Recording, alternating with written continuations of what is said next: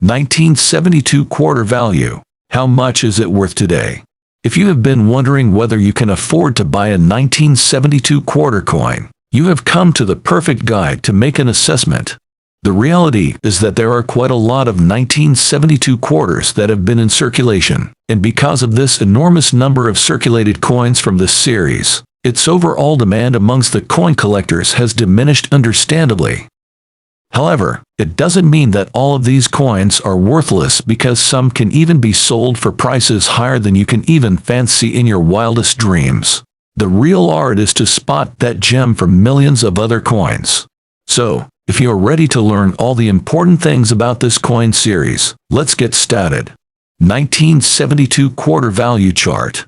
In tribute to George Washington, the first U.S. president, the United States Treasury Department designed the 1972 Washington quarter as a circulation coin.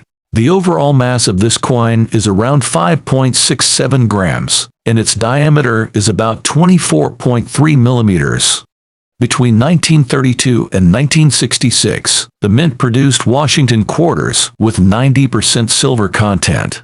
However, due to increasing silver prices and a severe coin shortage, subsequent coins were minted using copper and nickel instead. As a result, the 1972 quarter does not contain silver but is composed of a copper-nickel alloy. 1972 no mint mark quarter value. The 1972 quarters that were produced by the Philadelphia Mint do not have a mint mark at all, but that's not an error at all. In fact, it happens to be the main feature distinguishing these coins from the 1972 quarters produced by all other mints, i.e., Denver and San Francisco. The total mintage from the Philadelphia Mint was estimated to be around 215,048,000, and this indicates that it wasn't an uncommon coin at all. And perhaps it is for this reason that you can get these for about 25 cents face value in the circulated condition. But that doesn't mean that you cannot find any 1972 quarter in the mint state at all. So, if you do find this coin in an absolutely pristine state with no signs of any damage at all, then the overall value of this coin can go up to as high as $5, which isn't too bad.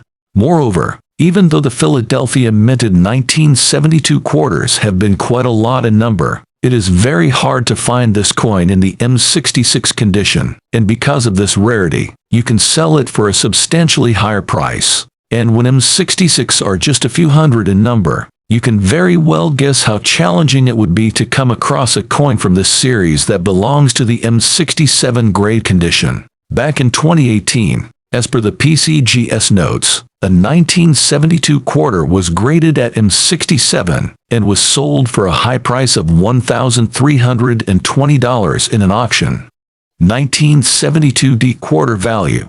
In 1972, quarters with the D mint mark hold a special place in history, as they were crafted at the famous Denver Mint.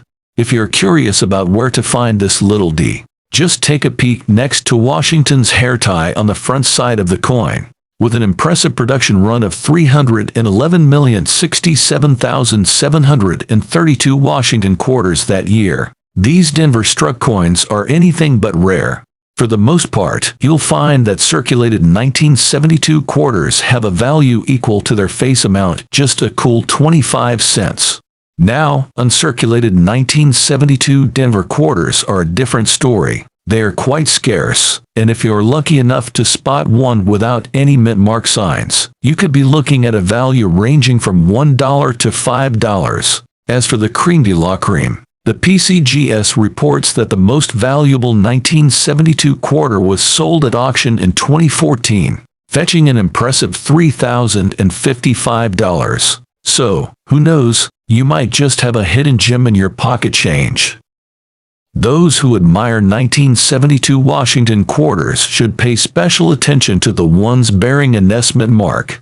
This unique symbol indicates that the San Francisco Mint was responsible for creating that particular 1972 quarter. And another interesting thing about this minted coin was that it was a proof version that was specifically for coin enthusiasts. To make these coins stand out, the mint employed highly polished